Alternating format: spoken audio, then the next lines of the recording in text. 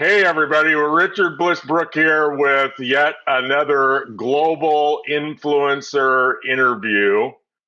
I have the opportunity today to interview one of my favorite people in the world because of the work that she does and how she does it. This is Kindra Hall, New York Times best-selling author of Stories That Stick from her home in New York City. Say hi, Kindra. Hi. Hi. I've had the opportunity to be in the audience 3 or 4 times in the last 10 years as Kindra told us as marketing experts and business owners about the value of storytelling. And I so love it when somebody talks about their work and they do it in a way that actually demonstrates the work. So Right.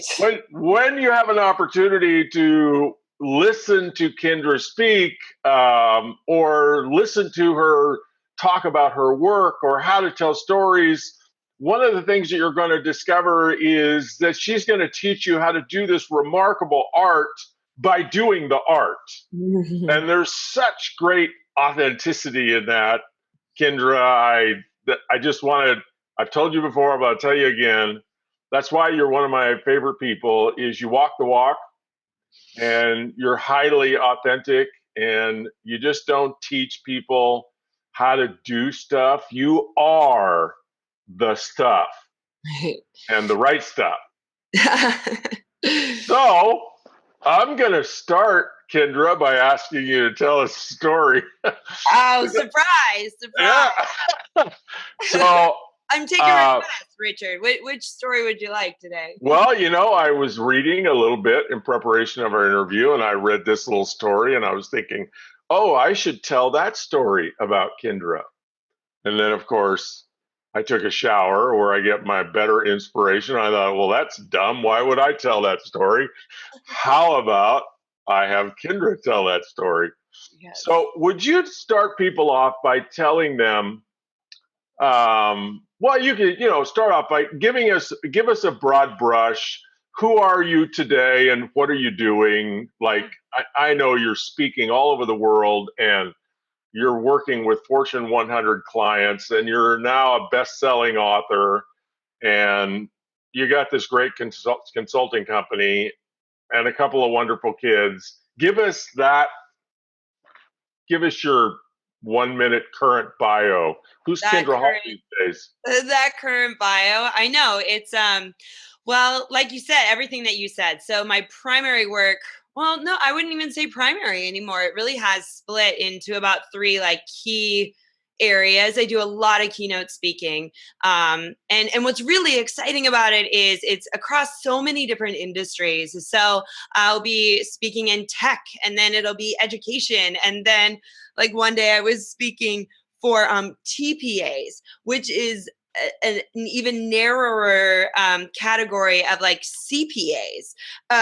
Wow. Right. So and I speak for direct selling. So I do a lot of keynote speaking. And as different as all those industries are, it really comes down to the same thing, like how powerful each individual person who's sitting in that audience, their stories really are. If they were to just shift their thinking to what a story is and what their stories are capable of. So that's one big bucket of what I do, is travel around the country, travel around the world, teaching people about storytelling. And I love it. I actually had somebody ask me just the other day. She said, a friend of mine, she's like, my end game, her and her husband's end game is to work really hard right now so that they can retire early. And she said, but I don't really understand what your end game is. And I said, I think that's like, I don't want there to be an end game. I know there are a lot of people who are like, well, eventually I want to get off the road, but I really don't. I love being able to speak. So that's one big category. And then the second big area is now as an author. As much as I love speaking live, I think you can only speak to so many audiences. right? So to be able to write books now that take this message and spread it to an even broader audience has been really thrilling for me. So Stories That Stick was just published in September of 2019. We're already working on book number 2. All right. So that's in process. And then the third big bucket is as a storytelling consulting workshop firm. So we're working at new research studies about the power of storytelling and the different facets of that. We host our own workshops to teach the methods that I teach in the book. Again, also that you don't need me. Like I want to be able to equip people to know how to tell their stories so they don't need me anymore, which I know it sounds it's kind of the same approach I take to parenting, but I hear from my mother, who I just talked to yesterday, that your children always need you. So I have that to look forward to, I suppose. And then of course, yeah, as you mentioned, I suppose the overarching thing is my wife. I have 2 great kids, and my son just told me the other day that his goal for 2020 or maybe 2021 is to be a published author. So now I've got to figure out, and he's 8. So I don't know what I'm going to do about that, but whatever we can do to help make those goals come true. Show him how to self-publish, and then it's a done deal. That's what we're going to do. Check that box. Yeah. So probably no surprise, but how people find you is kindrahall.com. Yeah. And you want people to look for this on Amazon or your website? No, go to Amazon. Amazon right now has, I haven't looked today, but I think it's like $16.50 for a copy. So go to Amazon, get Stories That Stick, and then my favorite would be after you read it, and only if you love it, post a review. No, if you don't love it, you can also post a review. Yeah, authentically review the book because you know what? That is the reward. I don't know if you get any out of that $16.50, not much, but the reward is the reviews and perhaps even the occasional honest, this was missing for me review. Stings, but is valuable. But I imagine you're going to get all 5 stars. So it's been good. So there you go. Tell us a story, because I was reading a story in your book about you're 12 years old and you're in the car with your family and you're taking this for the same 5-hour trip that you take every year up to the lakes of northern Michigan, and your dad's doing his thing and your mom's doing his thing and her thing and your brother's doing his thing, and some kind of miracle accident happened which led to your life, Kindra. Yeah. And so will you tell that story? Yeah, of course. And I think that we all have those little, and that's what storytelling is all about, is those little miracle accidents that looking back make sense and become a part of the bigger story, but whereas at the time you may not see it that way. So the story that you're talking about is one of the stops on my journey to becoming a professional storyteller. Yeah, I grew up in central Minnesota, Richard, not Michigan. Big deal. At least you can say Wisconsin. So land that's of the lakes. Yeah, exactly. Exactly. And we had this old Astro Star minivan. And it was a big deal when we bought this minivan because we grew up very modestly. We bought this used minivan. I remember because there was a raisin in the back seat and we were all like, there's somebody else has been in this car before. But nevertheless, I think my brother probably ate it. This was the minivan that we traveled in all the time. And one of the frequent trips we would make is up to our cabin in northern Minnesota. Now the cabin was more of a shack. We didn't even have an outhouse. We had an out bench. So there you go. But we loved going to this cabin, but it was a 5-hour drive on a good Minnesota day. And exactly as you said, when you're in a minivan, my parents were in the front seats. I was in the middle seat. My brother and sister were in the back seat. And we did the same thing every time. So my dad would turn on the radio and listen to either the Minnesota Twins or the Minnesota Vikings, depending on the season. And I'm actually now looking back pretty sure that we scheduled our trips around game time so that my dad could listen to the games as we drove. So that's what my dad was doing. My mom was sitting in the front seat trying to read a book, but then she would intermittently complain because she had to read a book over the game that was playing. I would also be reading a book. I think the book I remember reading was Face on the Back of a Milk Carton. So any 80s, 90s kids will remember that. My brother was in the back seat, and he would always listen to the Beach Boys on cassette just over and over. Well, we all fought over the Beach Boys, but he would listen to the Beach Boys, and my sister always fell asleep. And so it would be the five of us, all with various, different backgrounds, different ages, different interests, all doing our own thing. Well, on one particular trip, we were all doing our own thing, and then from the back seat came my brother, and he just kept laughing, like just out loud, like just random laughter. And at first I was really annoyed because big sisters are supposed to be annoyed with their little brothers. And then I was just downright confused because like, what's so funny about Help Me Rhonda? I mean, he's heard the song before. And then I wanted to know what was going on. Like, what was so funny that he couldn't contain himself. And what it turns out, what had happened was my brother wasn't listening to the Beach Boys. He was listening to a cassette tape that was a recording from the National Storytelling Festival in Jonesboro, Tennessee, which is this festival that happens every October in this tiny, like, no stoplight town in Tennessee. But for this one weekend, it floods with 15,000 people, rain or shine. It can be freezing. You can be melting. And they put up these huge circus tents, and they invite these storytellers in to tell their stories. And this cassette tape was recorded at one of those festivals. And so we all forced him to take the cassette tape out of his tape player, and we put it in the the cassette player for the whole minivan to hear. And I remember it being like one of the most united times for our family, where even my dad, where sometimes he would just like tolerate what we were interested in, even my dad was laughing. And we listened to all of side one, and I think we got through almost all of side two before we arrived at the cabin. And I remember,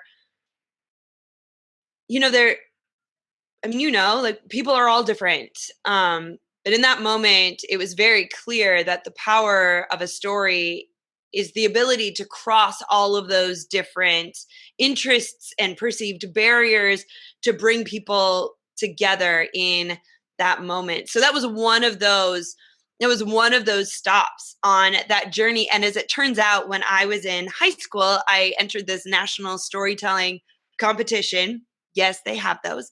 And I won the competition. And so the grand prize was you got to go and tell a story at the National Storytelling Festival.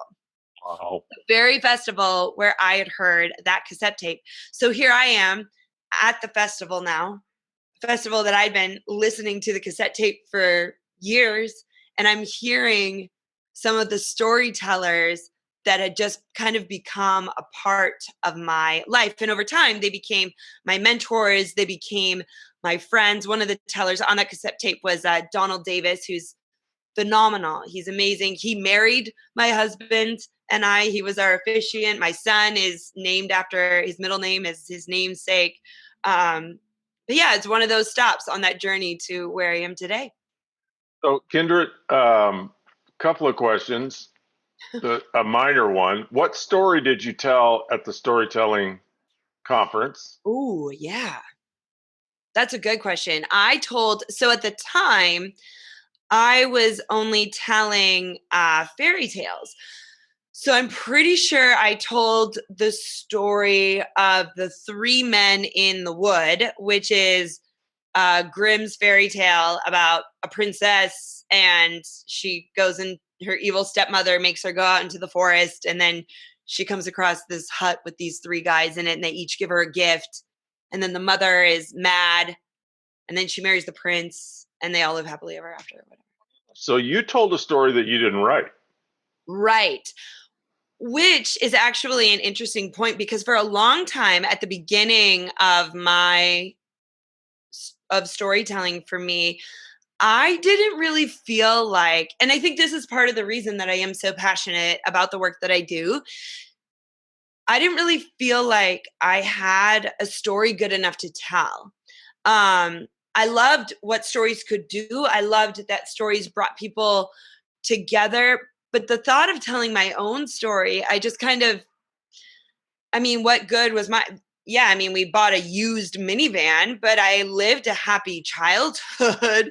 There was a raisin in the back that could have been poisoned, I suppose, but we all lived to tell about it.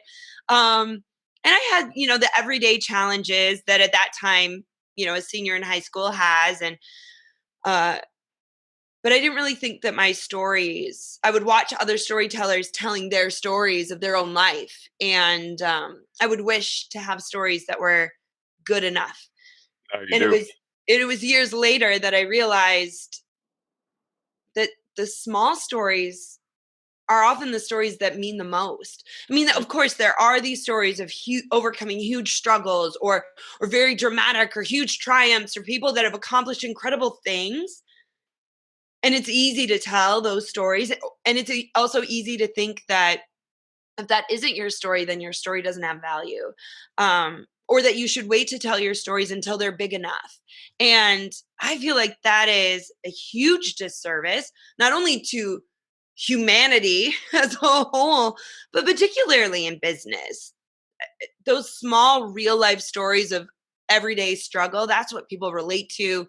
And those are the stories that should be told. So, In the art of direct selling, word of mouth marketing, storytelling is, I mean, I think it's the most important skill and art that is yet,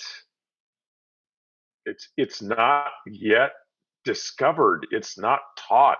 It's just overlooked. It's just assumed. Well, tell people your story.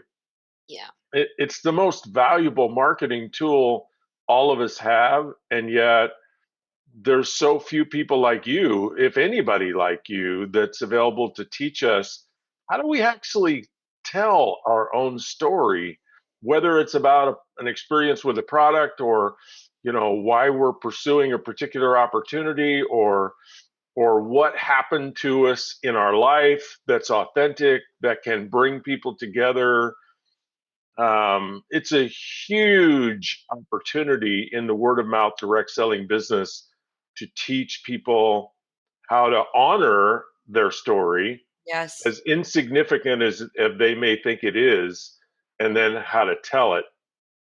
And so I think you have a bright future in this huge vacuum of where people just don't know how important it is or how to do it. Well, It's and one I of the think reasons that, I'm your champion.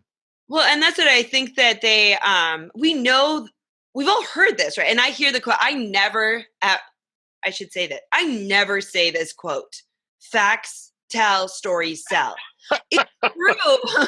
It's true. But I feel like it's such a cop out to just say that, and to just assume that that means that now people are going to be telling their stories, or to assume that because that means that you will be able to execute on your stories. So I think we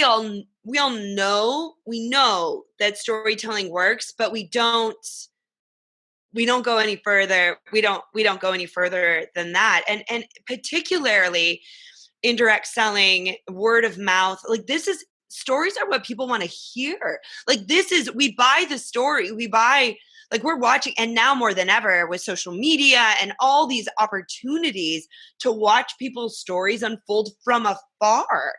If somebody is telling a story, people will if you're telling a story, people will listen to that story. They'll watch that story, and then they'll want it for themselves. I mean, what better sales? And actually, when I think back to finding storytelling for me, I remember there was a point in my life now as I was an adult. I'd worked in sales, I'd worked in marketing, and I just decided that I mean, I was really frustrated because even in traditional business, sales, marketing, they still don't get it. They think they get it, but they don't get it. And I wanted to quit. And so I called one of my storyteller friends and I said, what do I need to do to become a professional storyteller? And he was like, well, you need to develop a program for first through third graders, and you need to develop a program for fourth through sixth graders, and then you need to apply for different storytelling festivals, of which in the country there are 5. I was like, no, this is bigger than that. This is bigger than that. And the point that I'm making is now with social media, now with Zoom calls, now with so many, I mean, there's a plus and a downside to social media, to all the technology. But the plus side is every day you have an opportunity to share a small story. And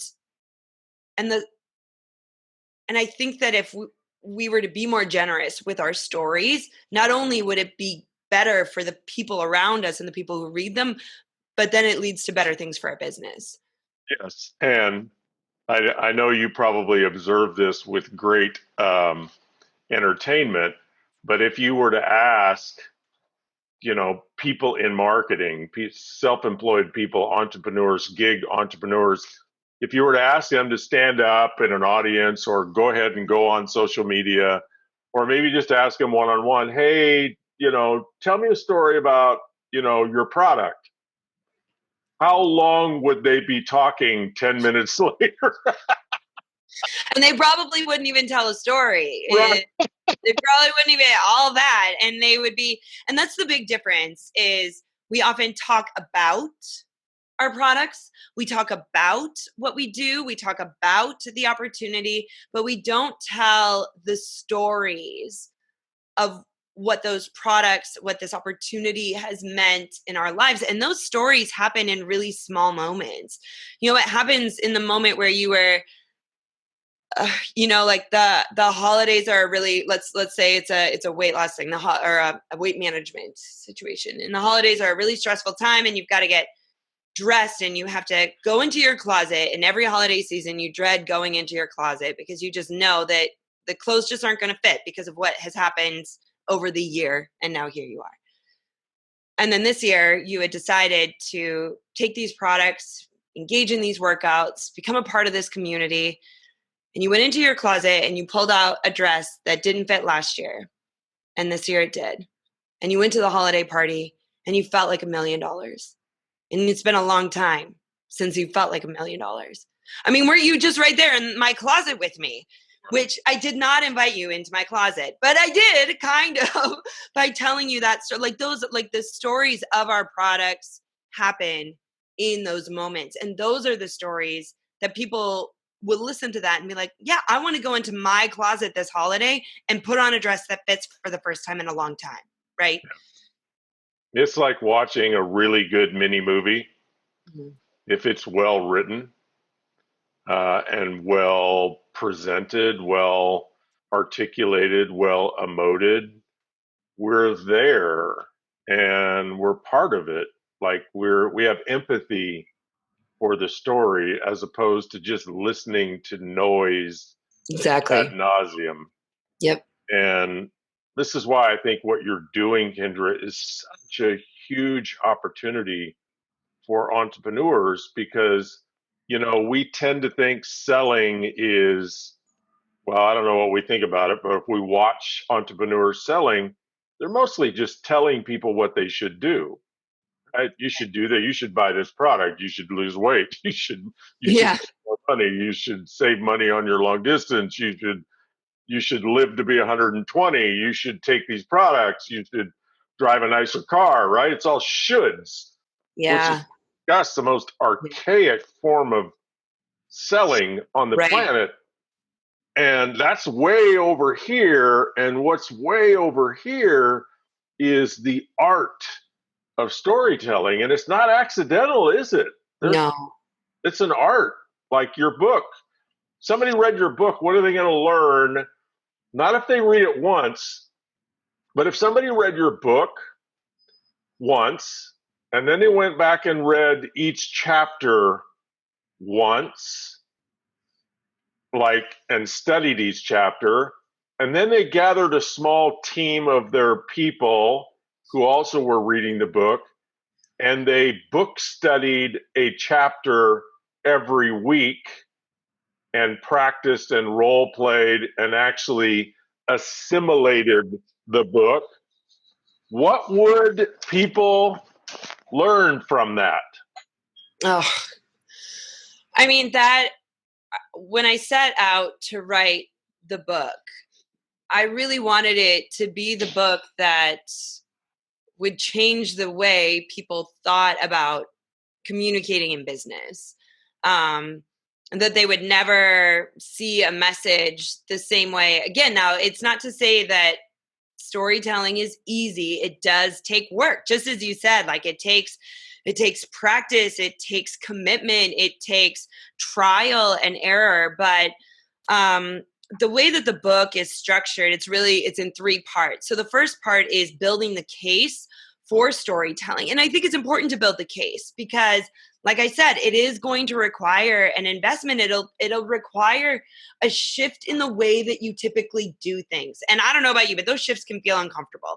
So I want you to know that that's really worth it. There's some great case studies in there and ads and messages that you likely have seen or heard about. And that's one of my favorite things is people will now send me pictures like on social media of them with their extra gum, because there's a whole case study in there about extra gum. I've actually had people buy cologne that I mentioned in the introduction. I had somebody send me a picture from Slovenia, which is in the intro chapter. They took a vacation to Slovenia after reading the book. So I don't think I get any commissions on Slovenian tourism, but that it starts in that first part where you start to shift and identify and be able to see what a story really looks like.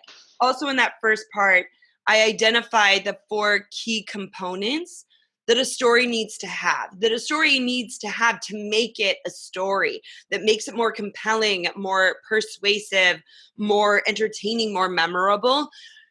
Because again, I didn't want to write a book that just said you should be telling more stories. I feel like that book is out. I feel like that book has been written several times before.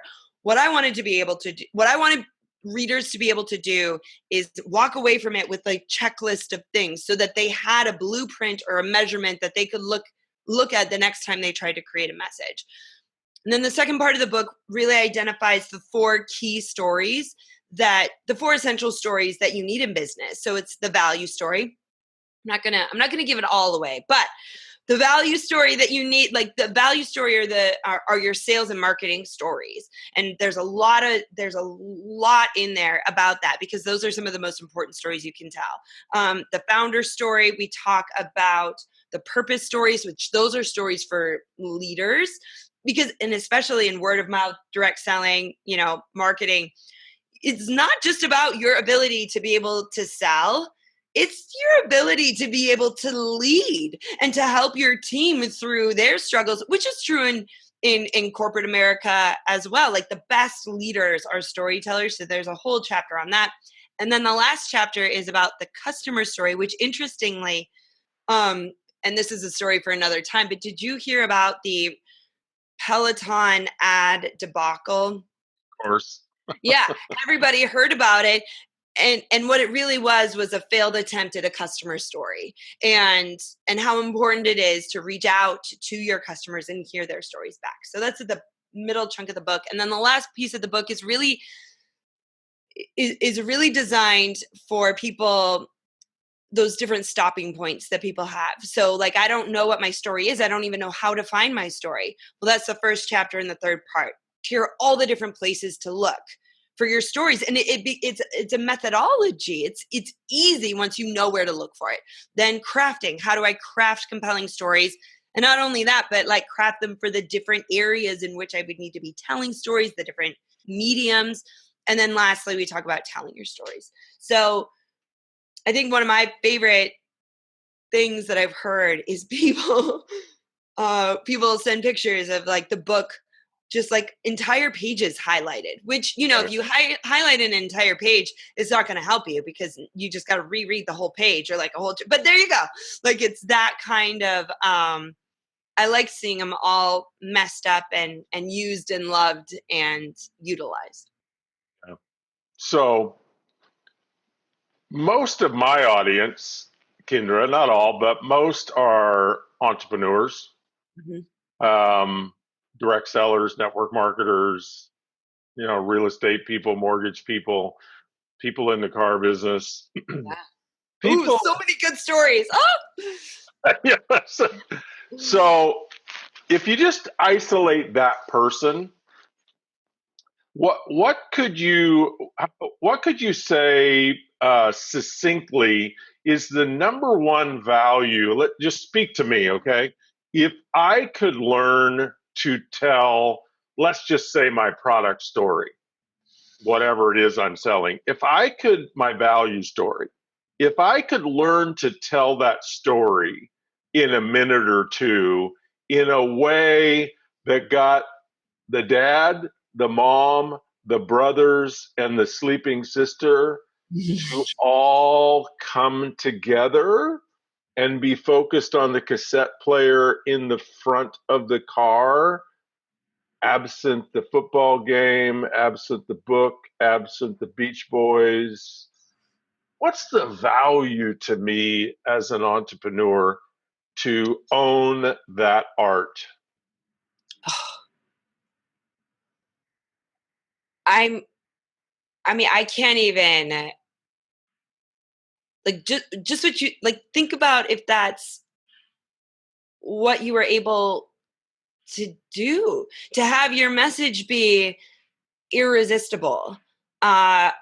That it isn't about getting people's attention. It suddenly becomes about having them give it to you. They look forward to hearing from you. That your ability to do that means, that is the foundation of building an empire right there. Like that is, and then, and all it takes is, I liken it to, like rolling a snowball down a hill. And it can be slow at first, or pushing a rock up a hill or snowball down a hill, but over time, you start with a little story and you can see them respond to it. And then you tell it again, and then you tell it again. And maybe you start incorporating some other stories, and suddenly you become the storyteller, and you won't be able to keep up with the ball and how big it is rolling down the hill, because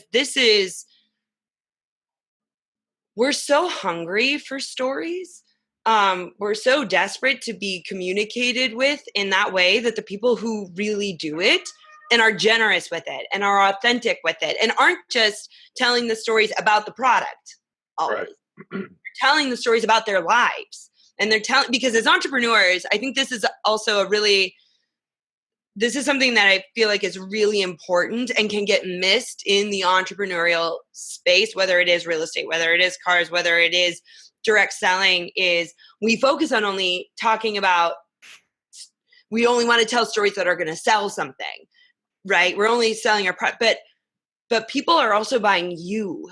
They're believing in you. They want to be a part of who you are. And so including stories in there that just have to do with your life, it's those people that can mix the balance of both. And so for me, myself, I'm an entrepreneur, right? I quit my job to become a professional storyteller, and nobody had any idea what that was. I didn't even know what that was. I just knew that there was this thing that I could do, and now, and it makes no sense. It makes no sense to just and now it does, looking at it now, but back in the day, like I told one of my friends that I was going to teach people about storytelling, and she said, "So did you really quit your job?"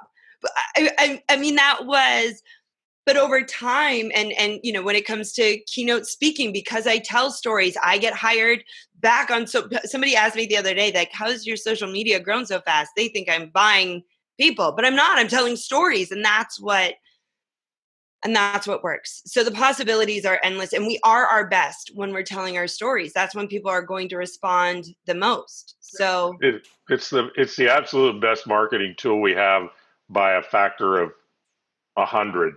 Yeah. Over the company's brochure or video or the website or all of that archaic, you should buy this product because approach? Or like the discounts or Oh the yeah. Oh yeah. That's not even marketing, right?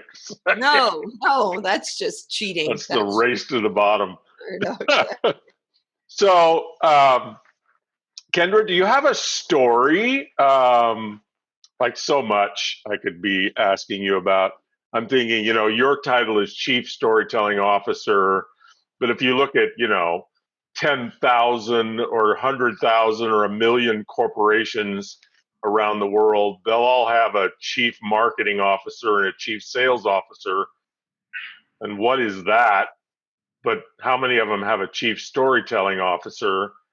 What if you change the culture, which I imagine is part of your vision, Mhm. so that every company had a chief storytelling officer that knew the art? Do you have a story about a company that had that epiphany, that shifted their culture from traditional marketing to storytelling?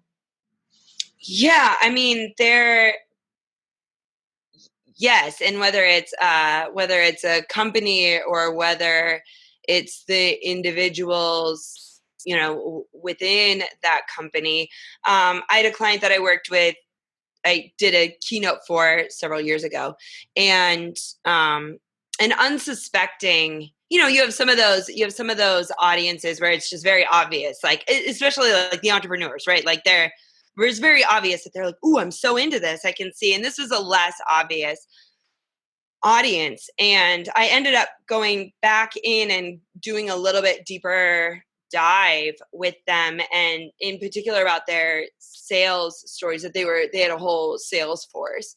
And they said, we have all the data, we have all the facts, we have all the graphs, we have everything, and they were a great company. But what we did is systematically went through what their big values are. This is what we're about. So they had like 4 of those, their big differentiators. And then we went through like the 10 key points, like the things that when they were doing a sales pitch, people really needed to understand. And then their team that we were working together, they had each one of those. And then they were all assigned to go out into the organization and find stories, things that actually happened that illustrated those different sales moments in Beautiful. and at the end of it, they came back and they're like, well, this one thing happened, but what it meant was they had to break down some silos. Like they were going and talking to customer service, they were going and talking to different to different people in the organization, and at the end of it, we had this whole catalog of stories that they then turned into part of their sales training manual. So whenever somebody got to that point in the presentation, they would tell this story or that story. And I mean, and so that's on a company wide, like a very systematic approach to it. I had a gentleman actually write into me LinkedIn or Facebook, and he's also a volunteer firefighter, and he had heard me at a company event. So storytelling was on his mind, and he encountered this incident where there was a woman inside a room and something, they needed to get in there. But she wouldn't let anybody in. She wouldn't let him in. And so the firefighter told her that he was the only, she's like, is it just you? Is it just you? And he said, yes, it's just me. Lied to her, which, that's a difficult thing, but it had to happen. So she opened the door and a whole crew of firemen came in and other officials. And she was outraged. Like she was, and he said, can I tell you a story? And he told her the story of a colleague of theirs that had gone in without any backup and didn't come back out. Right. And this is a part of their and then what ended up happening is she calmed down. She was asking questions about that story, and they were able to do all the work that they needed to do. They got her into the ambulance, like everything, all because he de-escalated the situation and worked to rebuild the trust with the story. So in big ways and small ways, I mean. Yeah.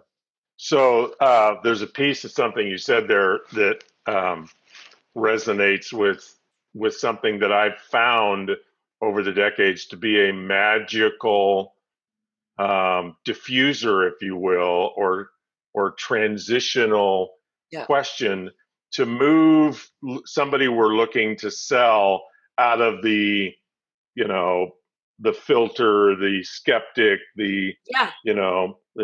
well, I don't know, I'm going to have to assess all this information, and to transition them in a matter of seconds to somebody who's open and curious by asking that simple question, can I tell you a story? Yep. I have found, Kindra, what it feels like is that in a matter of a second, we move somebody from their mind looking to defend their position back into their childhood, Mm-hmm. where who they were being was just fascinated and curious. Yep. And wouldn't it be amazing if we could have every prospect just be fascinated and curious? I mean, we don't make those decisions. We don't make decisions based on logic. I mean, right. we make them. We use the logic to, defend our decisions and justify our decisions. But yeah, if you can get them to that place first, and again, that's where people want to be. Yes. No, your stories need to be true. This is not an opportunity for Right. abuse or falsifying information. Like they need to be true. But a really beautiful thing happens. And then the other cool thing that happens when you tell a story, and this is how a storytelling mentor of mine, Donald Davis, said that this is how you can really tell it's working, is when they start sharing stories back to you. So if you start with the story and you say, can I tell you a story? And you tell whatever story it is, and they say, and then they start telling whatever related story it is back to you, they're selling themselves at that point. And that's really where you want them to be. And what a beautiful place, because now you're just two people sharing stories instead of someone selling and someone not. Yeah. And then maybe as the sellers, we actually learn something. We gain empathy as opposed to always being right. Yeah. We gain empathy because we're actually listening to somebody else's story as opposed to their position. Well, and to break down the assumptions make about people, Right. Hey, I have a final question for you.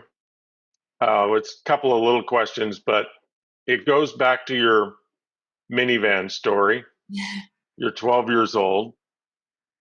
First question is, did it bother you? Did you notice that it bothered you, or did it bother you that the family traveled in what we might call a disconnected state? No, I think that was just how we traveled. I mean, I think that, and looking back, like we would have like over, we would have our other connected moments too, but I think that we can get used to just being disconnected. And there's a time and a place for being disconnected, but. Well, the reason I asked that question is you telling the story, you shared that when the cassette tape came out of your brother's player and it got into the minivan player where everybody was listening, everybody put aside what they were doing, and the stories brought everybody, and what the word you used, Kindra, was united. Mm-hmm. It united people's attention. It united their spirit. It united their energy. And I wonder what kind of impact that had on you in that moment. I think in that moment, even at 12, I knew something interesting had happened. It was interesting. And I mean, I think about, it was, when I think about that memory and I picture it, there was just this like brightness in the car. And yeah. And you use the word united. Mm-hmm. That's your word. I mean, that's how it felt. About storytelling can unite us. And boy, what do we need more than anything in the world today? Far beyond selling each other whatever we want to sell each other. I know. We need to be united. Well, and that's where division comes from, not knowing someone else's story. And also feeling like people don't know ours. You know, like why would that person act that way? Don't they know that this, and this today? Well, no, Right. they don't. You didn't tell them that. And so there's responsibility, dual responsibility, to be sharing your story so that you can be understood, so people can have empathy, and then also to be listening and always asking. It's not to always be asking for the story, the other side of the story that is there. It's always there. You just don't know it. And what a beautiful thing it is to find it out. Kindra Hall, your work is a miraculous contribution to all of us, business, sales, marketing, entrepreneurs, society. I know you're just getting started. That has to excite you so much. You've had so much impact, but you're just getting started. Tip of the iceberg of the impact that you're going to have on business and humanity. Stories that stick, ladies and gentlemen. Amazon, 5-star reviews. I don't know. Consider this, listening audience. What if everybody on your sales team listened to this interview?